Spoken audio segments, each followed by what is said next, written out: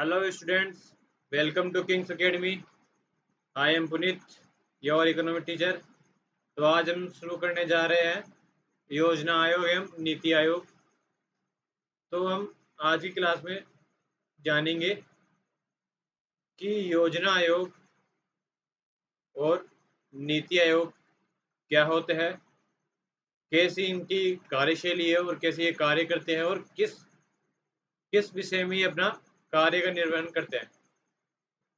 तो देखिए, योजना आयोग एवं नीति आयोग को जानने से पहले मैं आपको एक वैश्विक परिदृश्य को लेकर जाना चाहता हूँ।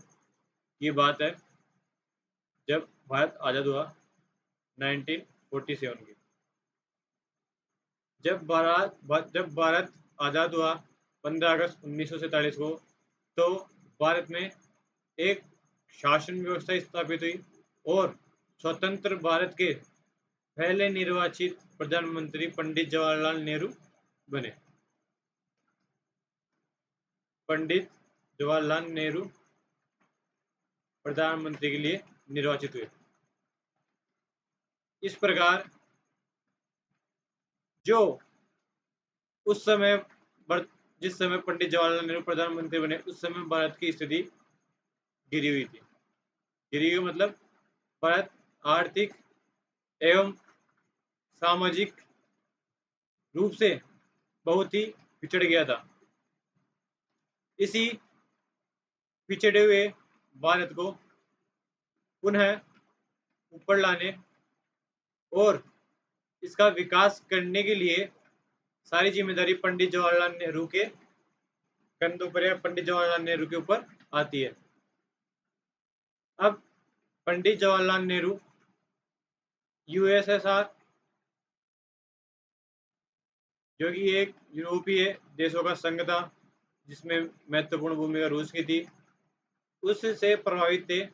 उस समय यूएसएसआर में योजना आयोग की तरह एक आयोग की स्थापना की गई थी जो कि देश से संबंधित विकास कार्यों को लागू करेगा और संसाधनों का वितरण करेगा।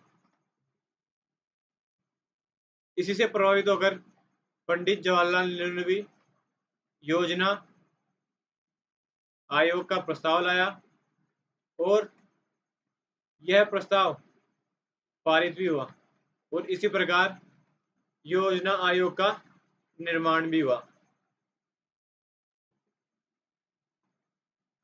आता है योजना आयोग। योजना आयोग का गठन योजना आयोग का गठन वर्ष 1950 में एक संकलन द्वारा यूएसएसआर से प्रेरित होकर किया गया था। योजना आयोग का मुख्य उद्देश्य देश में उपलब्ध संसाधनों का सही आकलन करते हुए विकास की आवश्यकताओं के अनुसार पंचवर्षीय योजना का निर्माण और प्राथमिकता के अनुसार संसाधनों का सही आवंटन था। मतलब योजना आयोग की स्थापना क्यों की गई? अब योजना आयोग की स्थापना इसलिए की गई थी ताकि देश में उपलब्ध संसाधनों का आकलन सही रूप से किया जा सके और आकलित संसाधनों का वितरण आवश्यकता अनुसार जिन राज्यों को जितने संसाधनों की आवश्यकता थी उस अनुरूप उसकी पूर्ति की जा सके, ताकि सभी का संतुलित विकास हो सके और भारत एक विकास की राह पर अग्रसर हो सके। इसके लिए योजना आयोग का गठन 1950 में ही कर दिया गया था और योजना आयोग के अनुसार या योजना आयोग के अनुरूप ही योजना आयोग के दौरान ही पंचवर्षीय योजनाओं का निर्माण को प्रारंभ किया गया और पंचवर्षीय योजनाओं को प्राथमिकता दी गई। अब ये पंचवर्षीय योजनाओं मतलब पंचवर्षीय योजनाओं के लिए किससे प्रेरित हुए? पंचवर्षीय योजनाओं की तरह ही बाहरी कुछ विदेशों में, जैसे कि अमेरिका उस समय, ऑस्ट्रेलिया, अमेरिका जैसे विकसित होने की राह पर अग्रसर देशों के अनुरूप ही इन्होंने पंचवर्षीय योजनाओं को अपनाने का सुझाव और निर्माण और इस सुझाव को प्राथमिकता प्रदान की। अब भारत में कुल 12 पंचवर्षीय योजनाएं बनाई गई और 12 पंचवर्षीय योजनाओं के द्वारा भारत को एक विकास के पथ पर अग्रसर किया गया। हर एक पंचवर्षीय योजना एक के बाद एक आती रही और पंचवर्षीय योजनाओं का मुख्य लक्ष्य यही था कि भारत का सुव्यवस्थित और सतत विकास किया जा सके ताकि भारत पिछड़े हुए भारत से एक विकसित या विकासशील या विकास की राह पर अग्रसर भारत बन सके। हालांकि पंचवर्षीय योजनाओं ने भारत का सामाजिक और आर्थिक विकास के साथ ही भारी उद्योग के विकास में महत्वपूर्ण भूमिका निभाई। अब देखिए कि पंचवर्षीय योजनाओं ने सामाजिक और आर्थिक के साथ साथ ही भारी उद्योगों के विकास में भी महत्वपूर्ण भूमिका निभाई। लेकिन 1 जनवरी 2015 को प्रस्ताव द्वारा इसे नीति आयोग से प्रतिस्थापित कर दिया गया। अब देखिए कि योजना आयोग इतने अच्छे कार्य कर रहा था तो फिर इसे प्रतिस्थापित क्यों किया गया कि योजना आयोग वर्तमान की परिस्थिति के अनुकूल कार्य नहीं कर पा रहा था और वर्तमान की आवश्यकता के अनुरूप परिणाम नहीं दे पा रहा था। इसीलिए एक कारण ये भी है कि योजना आयोग को नीति आयोग से प्रतिस्थापित कर दिया गया। लेकिन योजना आयोग में जो सरकार सत्ता पक्ष में रहती थी या जो सरकार जिस सरकार के पास शक्ति होती है, जिस सत्ता दल की सरकार बनती थी, वह अपने ही राज्यों को मतलब जिन राज्यों में उनकी सरकार है उनको ही संसाधनों का सही आवंटन करते थे और उनकी योजनाओं को आगे बढ़ाते थे। जिन राज्यों में जिस सत्ता दल की सरकार नहीं है उन राज्यों को पिछड़े रूप से छोड़ दिया जाता था। उन राज्यों को विकास के लिए उपयुक्त संसाधन उपलब्ध नहीं कराए जाते थे। इसी योजना आयोग से परेशान थे मोदी जी। तो मोदी जी ने आते पहले ही 2014 में वे आए और 2015 में योजना आयोग को नीति आयोग की जगह प्रतिस्थापित कर दिया ताकि देश के सभी राज्यों को समान रूप से संसाधनों का वितरण और आवंटन किया जा सके ताकि सभी का विकास हो सके। अब आती योजना आयोग। योजना आयोग के उद्देश्य क्या थे? देश के संसाधनों का सही आकलन करना, विकास की आवश्यकता अनुसार पंचवर्षीय योजनाओं का निर्माण, प्राथमिकता अनुसार संसाधनों का सही आवंटन करना। भाई जिस राज्य को जिस संसाधन की प्राथमिकता या प्रथम उपयोगिता थी उन्हें नियत समय में उचित समय में उन संसाधनों की उपलब्धि को कराना। लेकिन ऐसा हो नहीं पाया क्योंकि वही सत्ता पक्ष और विपक्ष के मध्य आपसी मतभेदों के कारण जिन राज्यों में सत्ता पक्ष की सरकार थी उनका अच्छे से विकास हुआ और जिन राज्यों में सत्ता पक्ष की सरकार ना होने के कारण उन राज्यों का विकास नहीं हो पाया, वे राज्य पिछड़े रह गए विकास में। वर्ष 1950 में गठन एक मंत्रिमंडलीय संकल्प द्वारा और यूएसएसआर से प्रेरित होकर और इसे 1 जनवरी 2015 को नीति आयोग के गठन के साथ समाप्त कर दिया गया।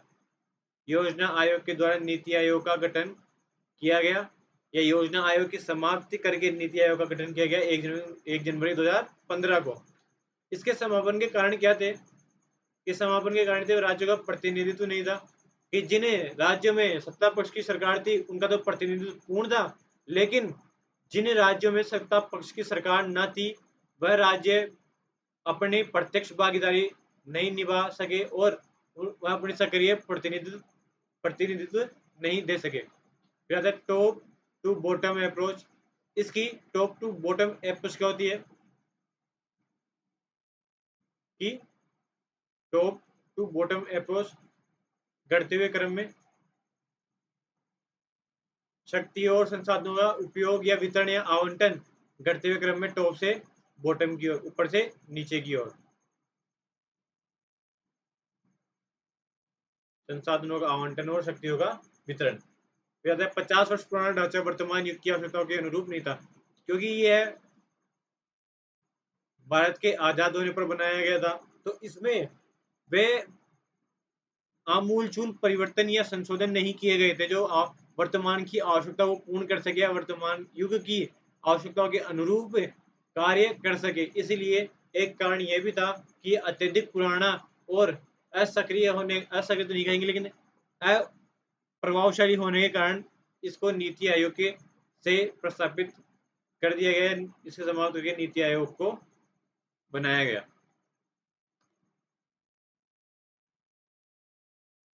इसी को आधार बनाते हुए नीति आयोग के गठन के साथ आयोग को समाप्त कर दिया गया, जिसके प्रमुख कारण निम्नलिखित थे। भाई, इस आयोग को, योजना आयोग को क्यों समाप्त कर दिया गया, इसके कुछ कारण थे जो निम्नलिखित है। उनमें से पहला कारण है राज्यों का प्रतिनिधित्व नहीं होना, कि राज्यों का सक्रिय रूप से प्रतिनिधित्व नहीं होना। योजना आयोग में राज्यों का प्रतिनिधित्व न के बराबर था, जिसके कारण नई योजना के निर्माण में राज्य संयोग की भूमिका में नहीं आ पाए थे। प्रत्येक राज्य को अपनी विशेष परिस्थितियों का बेहतर ज्ञान होता है, लेकिन इस जानकारी को योजना के निर्माण में किसी तरह का कोई महत्व नहीं दिया गया था।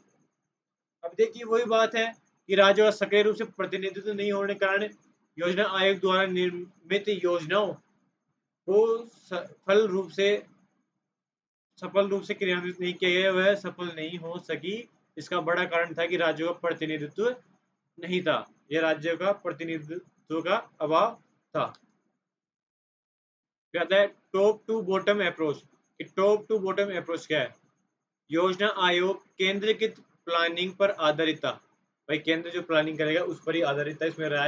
इसमें राज्यों की आपसी राय या सहमति नहीं ली जाती थी। इसलिए इसके द्वारा सभी योजनाएं केंद्रीकृत रूप से बनाई जाती थी, मतलब केंद्र द्वारा बनाई जाती थी, जिन्हें राज्यों का सही ज्ञान और सही दशाओं का ज्ञान नहीं था। उनके द्वारा ये योजनाएं केंद्रीय रूप से बनाई जाती थी। धन के आवंटन के समय भी राज्यों की आवश्यकता का ध्यान नहीं रखा गया था और ज्यादातर इसका प्रयोग प्रतिद्वंदी राज्यों को परेशान और दंडित करने के लिए किया गया था, जबकि राज्यों को अपने खर्चों की समझ केंद्र से कहीं बेहतर होती थी। कि वही बात कि सत्ता पक्ष में जो पार्टी है वह अपने जिन राज्यों में अपनी पार्टी है उनको सहयोग प्रदान करेगी, जिन में विपक्ष सत्ता की पार्टी है उन्हें परेशान करेगी, उन्हें संसाधनों का आवंटन नहीं करना, वित्त की सही उपलब्धता नहीं करना, उन पर योजनाओं का सही रूप से क्रियान्वयन या उनके अनुरूप योजनाएं न बनाना, ताकि अगर योजनाएं उनके अनुरूप होगी तो उनकी मानसिकता ये थी कि अगर विपक्ष पक्ष उस राज्य में अच्छा काम करेगा तो उनकी सत्ता पार्टी की अगली बार सरकार नहीं आ पाएगी। तो यही राजनीतिक सत्ता या राजनीतिक सोच के कारण कई राज्यों जो विपक्ष के नेताओं के प्रतिनिधित्व में थे उन्हें परेशान किया गया और टॉप टू बॉटम अप्रोच का प्रयोग करते हुए उन्हें संसाधनों का सही आवंटन न करते हुए धन का वितरण भी नहीं किया जाता था। और ये तीसरा एक ही वर्तमान की आवश्यकता के अनुरूप नहीं था, क्योंकि एक अत्यधिक पुरानी मतलब पुरानी श्रृंखला के अनुरूप बनाया गया था या पुरानी आवश्यकताओं के अनुरूप बनाया जाने वाला आयोग था, जो वर्तमान युग की आवश्यकता को संतुष्ट नहीं कर पा रहा था। योजना आयोग में विशेषज्ञों को कोई महत्व नहीं दिया गया था। इसमें विशेषज्ञों को कोई महत्व नहीं दिया गया था। इसमें केंद्र में जो सत्ता थी, केंद्र में जो सत्ता पक्ष था, उसके नेताओं द्वारा या उसके राजनेताओं द्वारा ही योजनाओं का निर्माण और क्रियान्वित किया जाता था। इसमें किसी भी विशेषज्ञों का कोई मत या विचार को नहीं लिया जाता था, जिसका वर्तमान युग में बहुत महत्व है। वर्तमान युग की जरूरतों को ध्यान में रखते हुए नीति आयोग को भारत सरकार के थिंक टैंक के रूप में लागू किया गया, जिसमें विशेषज्ञों को महत्वपूर्ण स्थान प्राप्त है।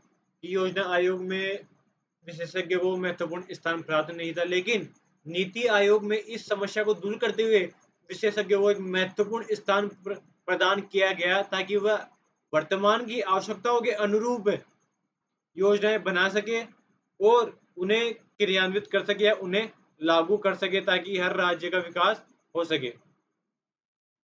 और राज्य में रहने वाले समस्त नागरिकों का विकास हो सके। अब आता है नीति आयोग। नीति आयोग क्या था? नीति आयोग 1 जनवरी 2015 को बनाई जाने वाली संस्था थी, जो योजना आयोग के हटाकर की गई थी, योजना आयोग के स्थान पर प्रतिस्थापित की गई थी। उस समय प्रधानमंत्री श्रीमान नरेंद्र मोदी थे, जिन्होंने योजना आयोग की कमियों को दूर करते हुए नीति आयोग का गठन किया। अब आता है नीति आयोग की प्रशासनिक संरचना। की नीति आयोग की प्रशासनिक संरचना क्या थी? यह कार्य किस प्रकार करती थी?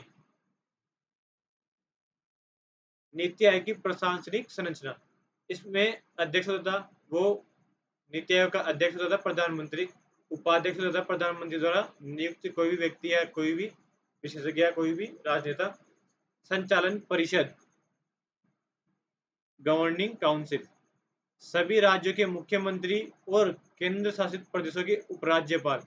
कि इसकी संचालन परिषद में सभी राज्यों के मुख्यमंत्री और केंद्र शासित प्रदेशों के उपराज्यपाल को शामिल किया गया, जबकि योजना आयोग में केंद्र की जो सत्ता में राजनेता थे उन्हीं के द्वारा विशेषज्ञों को महत्व स्थान न देते हुए उन्हीं के द्वारा योजनाओं और संचालन परिषद में शामिल किया गया था, जबकि नीति आयोग में इस समस्या का समाधान करते हुए राज्यों के मुख्यमंत्री, जिन्हें अपने राज्यों के बारे में संपूर्ण सही ज्ञान था, और उन केंद्र शासित प्रदेशों के उपराज्यपालों को शामिल किया गया।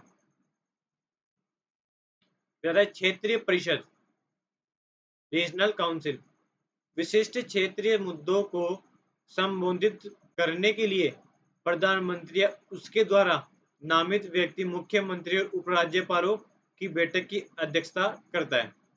कि क्षेत्रीय मुद्दों को संबोधित मतलब क्षेत्रीय मुद्दों के संबंध में चर्चा, आपसी विचार करने के लिए और उन मुद्दों को हल करने के लिए प्रधानमंत्री द्वारा या प्रधानमंत्री या उसके द्वारा नामित व्यक्ति ही मुख्यमंत्री उपराज्यपालों की बैठक की अध्यक्षता करते थे। इसी व्यक्ति के नजरिए में मुख्यमंत्री उपराज्यपाल इन मुद्दों से संबंधित समस्याओं के हल करने के लिए योजनाओं का निर्माण करते थे या योजनाएं लाते थे। तदर्थ सदस्यता, अग्रणी अनुसंधान संस्थानों से बारी बारी 2 पदेन सदस्य। अग्रणी संस्थान मतलब ad hoc members two ex officio members of from leading research institution on a rotational basis. मतलब विशेष अनुसंधान मतलब अग्रणी अनुसंधान, जो वे अनुसंधान या रिसर्च सेंटर जो इस समय भारत के अच्छे अनुसंधान संस्थाओं के अंतर्गत थे, उनके जो विशेषज्ञ थे उनको शामिल किया गया, 2 पदेन सदस्यों को शामिल किया गया तदर्थ सदस्यता के रूप में। अब पदेन सदस्य कौन होगा? एक्स ऑफिशियो मेंबर कौन होगा? पदेन सदस्य प्रधानमंत्री द्वारा नामित केंद्रीय मंत्री परिषद के अधिकतम 4 सदस्य। कि प्रधानमंत्री द्वारा नामित केंद्रीय मंत्री परिषद के अधिकतम 4 सदस्य पदेन सदस्य रहेंगे नीति आयोग के। फिर आता है मुख्य कार्यकारी अधिकारी। ये नीति आयोग का सीईओ चीफ एग्जीक्यूटिव ऑफिसर कौन रहेगा? मुख्य कार्यकारी अधिकारी कौन रहेगा? तो वह रहेगा भारत सरकार का सचिव, सेक्रेटरी ऑफ इंडियन गवर्नमेंट, जिसे प्रधानमंत्री द्वारा एक निश्चित कार्यकाल के लिए नियुक्त किया जाता था। इस सीईओ रहेगा सेक्रेटरी ऑफ इंडियन गवर्नमेंट, जिसे प्रधानमंत्री द्वारा एक निश्चित समय के लिए निश्चित कार्यकाल के लिए नियुक्त किया जाता था। फिर आता है विशेष आमंत्रित। कि विशेष आमंत्रित या विशेष आमंत्रण के द्वारा किन व्यक्तियों को शामिल किया जाता था नीति आयोग में? प्रधानमंत्री द्वारा नामित विभिन्न क्षेत्र विशेषज्ञ, मतलब प्रधानमंत्री द्वारा नामित या प्रधानमंत्री द्वारा घोषित विभिन्न क्षेत्रों के विशेषज्ञों को इसमें शामिल किया जाता था, ताकि योजनाएं उस राज्य की परिस्थितियों के अनुरूप सटीक रूप से असरदार हो सके और लागू आसानी से की जा सके उसकी समस्याओं के समाधान से संबंधित। अब नीति आयोग के प्रमुख अब कौन कौन है? भाई नीति आयोग का प्रमुख हब है टीम इंडिया, राज्यों और केंद्र के बीच इंटरफेस का काम करता है। भाई टीम इंडिया हब है जो राज्यों और केंद्र के बीच इंटरफेस का काम करता है, आपसी तालमेल या आपसी बातचीत का कार्य करता है, इंटरनेशनल मीडिएटर का काम करता है। फिर दूसरा है ज्ञान और नवोन्मेष, नॉलेज एंड इनोवेशन हब। भाई नीति आयोग के थिंक टैंक की बात ही कार्य करता है कि थिंक टैंक का मतलब है एक महत्वपूर्ण या उपयोगी कार्य करने की या कार्य जिसके द्वारा कार्य किया जाता है उसे हब उसे हब की सहायता से नीति आयोग की थिंक टैंक की बात कार्य करता है ज्ञान और नवोन्मेष, नॉलेज एंड इनोवेशन हब की सहायता से। फिर आता है नीति आयोग ने 3 दस्तावेज जारी किए हैं जिसमें 3 वर्षीय कार्य एजेंडा, 7 वर्षीय मध्यम अवधि की रणनीति का दस्तावेज और 15 वर्षीय लक्ष्य दस्तावेज शामिल है। कि अब देखिए योजना आयोग था तो योजना आयोग ने पंचवर्षीय योजना लाई और नीति आयोग ने 3 दस्तावेज जारी किए हैं जिनमें 3 वर्षीय कार्य एजेंडा है, 7 वर्षीय कार्य मध्य अवधि की रणनीति का दस्तावेज और 15 वर्षीय लक्षित दस्तावेज शामिल किए गए। अब हम देखेंगे कि योजना आयोग और नीति आयोग में डिफरेंस क्या थे या वे कौन से बिंदु थे जिनके कारण ये दोनों एक दूसरे से भिन्न थे या एक दूसरे से अलग थे।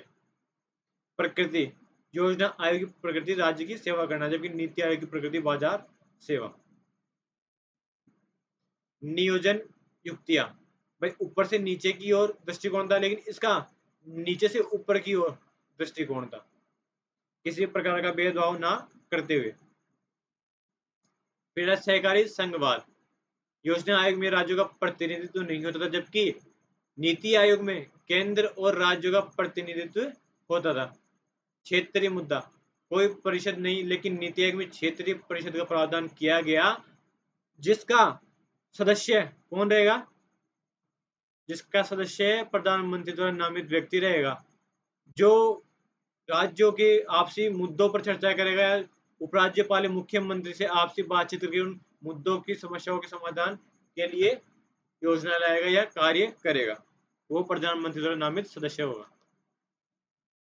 फिर आता है वित्त आवंटन का कार्य करता था योजना आयोग, लेकिन नीति आयोग केवल सलाहकारी भूमिका निभाता था। लेकिन अब वित्त आवंटन का कार्य वित्त मंत्रालय द्वारा किया जाता है, फाइनेंस कमीशन द्वारा किया जाता है। नीति आयोग की स्थापना के पश्चात और नीति आयोग की स्थापना से पूर्व वित्त का आवंटन योजना आयोग द्वारा ही किया जाता था। तो आता है विशेषज्ञों को स्थान, वही योजना आयोग में कम महत्व दिया जाता था विशेषज्ञों को, वह केंद्रीकृत राजनेताओं या केंद्रीकृत द्वारा योजनाएं लागू करते थे या केंद्र सरकार द्वारा योजनाएं लागू की जाती है, लेकिन नीति आयोग में विशेषज्ञों को एक महत्वपूर्ण स्थान प्रदान किया गया है। भाई नीति आयोग की प्रकृति कैसी थी? नीति आयोग की प्रकृति जहां योजना आयोग राज्य अनिश्चित अर्थव्यवस्था से संबंधित था, वहीं नीति आयोग का गठन बाजार की आवश्यकताओं को ध्यान में रखते हुए और आहर प्रेरित अर्थव्यवस्था के अनुरूप किया गया है। कि योजना आयोग में राज्य अनिश्चित अर्थव्यवस्था से संबंधित था, मतलब अनिश्चित कोई भी उस समय राज्य में कुछ भी निश्चित नहीं था, अनिश्चित अर्थव्यवस्था संबंधित था। लेकिन नीति आयोग में बाजार की आवश्यकताओं के अनुरूप या वर्तमान की आवश्यकताओं को ध्यान में रखते हुए आहर प्रेरित अर्थव्यवस्था के अनुरूप किया गया। आहर प्रेरित मतलब प्रेरित जो भी अभी की वर्तमान में अर्थव्यवस्था है या वर्तमान में कार्यरत अर्थव्यवस्था है, वर्तमान की आवश्यकताओं के अनुरूप किया गया। नियोजन युक्तियां, योजना आयोग योजना निर्माण हेतु ऊपर से नीचे की ओर के दृष्टिकोण को अपनाता था, जबकि नीति आयोग में नीचे से ऊपर की ओर के दृष्टिकोण को अपनाया गया है जिसमें राज्यों के सहयोग की वृद्धि हुई है। कि ऊपर से नीचे की ओर दृष्टिकोण अपनाने पर राज्य अपना प्रत्यक्ष रूप से प्रतिनिधित्व नहीं दे पाने के कारण योजनाएं इतनी सफल रूप से क्रियान्वित नहीं की जा रही थी। लेकिन इस कमी को दूर करते हुए नीति आयोग में नीचे से ऊपर की ओर के दृष्टिकोण को अपनाया गया जिसमें राज्यों का सहयोग और प्रतिनिधित्व में भी वृद्धि हुई। सहकारी संघवाद, कोऑपरेटिव फेडरलिज्म, योजना आयोग पूर्णतः केंद्र की संस्था थी। हाँ, ये बात सही भाई, योजना आयोग पूर्णतः केंद्र की संस्था थी जिसमें राज्यों का कोई प्रतिनिधित्व नहीं था, लेकिन नीति आयोग के सहकारी संघवाद के सिद्धांत पर आधारित होने के कारण इसमें केंद्र और राज्य दोनों का समान प्रतिनिधित्व है। राज्यों का प्रतिनिधित्व होने के कारण यह राष्ट्रीय विकास परिषद के रूप में कार्य करने में समर्थ है। कि योजना आयोग में क्या होता था कि योजना पूर्णतः केंद्र की संस्था थी या योजनाएं केंद्र द्वारा लागू की जाती थी, लेकिन उस समय राज्यों का कोई प्रतिनिधित्व नहीं होने के कारण वह योजनाएं असफल असफल होती थी। लेकिन नीति आयोग में सहकारी संघवाद मतलब सभी को साथ लेने के सिद्धांत पर आधारित होने के कारण इसमें केंद्र और राज्यों को दोनों को समान प्रतिनिधित्व प्रदान किया गया। मतलब केंद्र और राज्य दोनों का प्रतिनिधित्व समान होगा, दोनों की शक्तियां समान होगी, दोनों को निर्णय लेने के अधिकार होंगे, दोनों आपसी आपसी सुझाव एक परस्पर रख सकते हैं। और नीति आयोग राष्ट्रीय विकास परिषद के रूप में कार्य करने में सम्मत रहा सहकारी संघवाद के कारण। अब आता है क्षेत्रीय मुद्दा कि क्षेत्रीय मुद्दे पर नीति आयोग की क्या क्रियाविधि थी। कि नीति आयोग में क्षेत्रीय मुद्दे या दो से अधिक राज्यों के बीच के मुद्दों को सुलझाने के लिए क्षेत्रीय परिषद का भी प्रावधान है, जिसके सदस्य सभी राज्यों संघ राज्य के मुख्यमंत्री एवं उपराज्यपाल होंगे, जिससे ये संघवाद का भी रूप प्रदर्शित करता है। योजना आयोग में इस तरह कोई प्रावधान नहीं था। योजना आयोग में इस तरह का कोई भी प्रावधान नहीं था कि दो राज्य आपसी मुद्दों को लेकर एक परस्पर या एक निर्णय पर आएंगे, जो नीति आयोग के आने से ही संभव हो सका। योजना आयोग में इस प्रकार की कोई भी योजना या इसी प्रकार की कोई भी रणनीति ना होने के कारण क्षेत्रीय मुद्दे बनकर ही रह जाते थे। लेकिन नीति आयोग के लागू होने के पश्चात दो राज्य अपने मुद्दों को लेकर आपसी सहमति बनाने के लिए सहमत हुए, एक मंच पर एकत्रित हुए, कहते वित्त आयोग, जहां वित्त आवंटन में योजना आयोग की प्रमुख भूमिका थी। वहीं नीति आयोग केवल एक सलाहकारी संस्था के रूप में कार्य करता था। कि पहले क्या होता था कि योजना आयोग की वित्त का आवंटन राज्यों को करता था, लेकिन अब नीति आयोग केवल एक सलाहकारी संस्था के रूप में कार्य करता है और वित्त का आवंटन फाइनेंस कमीशन वित्त मंत्रालय द्वारा किया जाता है। विशेषज्ञों को स्थान योजना आयोग में विशेषज्ञों को कोई स्थान नहीं दिया जाता था, जबकि नीति आयोग में विशेषज्ञों को एक विशेष स्थान दिया जाता है। विशेषज्ञों को योजना आयोग में कम महत्व प्रदान किया गया था, लेकिन नीति आयोग की संरचना में विशेषज्ञों को विशेष स्थान दिया गया है, जो इसे और भी व्यवहारिक बनाता है। अतः उपरोक्त विश्लेषण से यह कहा जा सकता है कि नीति आयोग में योजना आयोग के सलाहकारी और दृष्टिकोण के कार्य को बनाए रखा गया है। कि नीति आयोग में योजना आयोग सलाहकारी दृष्टिकोण के कार्य को तो बनाए रखा गया है, लेकिन योजना बन रही है, लेकिन योजना बना रही है और उन योजनाओं के क्रियान्वयन के लिए वित्त आवंटन के कार्यों को समाप्त कर दिया गया। लेकिन अब नीति आयोग में योजनाएं तो बनती है, लेकिन उन योजनाओं को क्रियान्वित करने के लिए वित्त आवंटन के कार्य को समाप्त कर दिया गया और इसे एक सलाहकारी संस्था के रूप में उभारा गया है, जिसे नीति आयोग एक नीति निर्धारक और सलाहकारी संस्था का रूप प्राप्त होता है, न कि कार्यकारी संस्था का। साथ ही नीति आयोग अधिक सहयोगी, समावेशी और बाजार की आधुनिक जरूरतों के अनुरूप है। अब आते हैं हम पंचवर्षीय योजनाओं पर। योजना आयोग के पश्चात योजना आयोग के स्थापित होने के बाद उस समय सरकार द्वारा पंचवर्षीय योजनाएं लाई गई। पंचवर्षीय योजनाओं के माध्यम से एक पंचवर्षीय योजना में एक विशेष क्षेत्र को टारगेट किया जाता था और उस क्षेत्र में विकास को बढ़ाया जाता था, उस क्षेत्र में विकास किया जाता था। हम कुल 12 पंचवर्षीय योजनाएं लाई गई, लेकिन 2017 में इन्हें समाप्त कर दिया गया। अब किसी भी प्रकार की पंचवर्षीय योजना नहीं है। अब नीति आयोग की तहत 3 एजेंडे त्रिवर्षीय त्रिवर्षीय, 7 वर्षीय, मध्य वर्षीय, 15 वर्षीय एजेंडों को लाया गया है जो विकास के पथ प्रदर्शक करेंगे। तो हम आते हैं इसकी पृष्ठभूमि पर कि राष्ट्रवादी आंदोलन के दौरान से अखिल भारतीय कांग्रेस के युवा नेता जैसे जवाहरलाल नेहरू, सरदार पटेल, सुभाष चंद्र बोस आदि रूस की क्रांति तथा उसके समाजवादी मॉडल से प्रभावित थे, जिसकी अभिव्यक्ति हमें नीति निर्देशक तत्वों के माध्यम से भी प्राप्त होती है कि उस समय जो भारतीय कांग्रेस युवा नेता थे वह रूसी क्रांति और समाजवादी मॉडल से प्रभावित थे, जिसका सबूत हमें नीति निर्देशक तत्वों के माध्यम से भी प्राप्त होता है। और इस प्रभावित विचार के कारण ही वह योजना आयोग का गठन कर पाए और योजना आयोग के द्वारा पंचवर्षीय योजनाओं को लागू किया या पंचवर्षीय योजनाओं को लाए।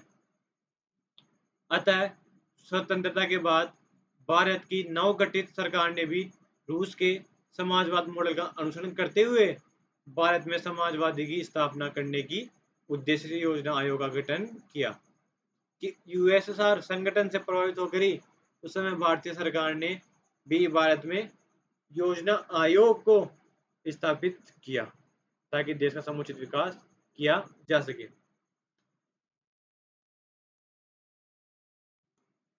पहले लोकसभा चुनाव के बाद नवगठित सरकार ने पंचवर्षीय योजनाओं के माध्यम से विकास को एक बेहतर विकल्प के रूप में चुना कि पहले लोकसभा चुनाव के बाद नवगठित सरकार जब उस समय के प्रधानमंत्री थे पंडित जवाहरलाल नेहरू ने उनकी सरकार ने पंचवर्षीय योजनाओं के माध्यम से विकास को एक बेहतर विकल्प के रूप में चुना या विकास के एक बेहतर विकल्प के रूप में आगे बढ़े।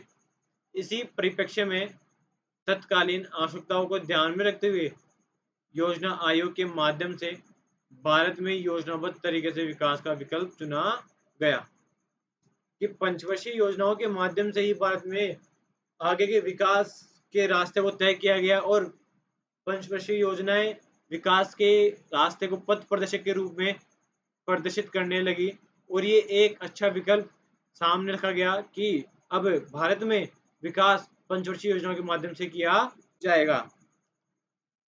तो हम आते हैं पहली पंचवर्षीय योजना जो की प्रारंभ होती है 1951 से 1957 तक। इसके बारे में विस्तार से हम अगली क्लास में जानेंगे। आज के लिए बस इतना ही। Thank you.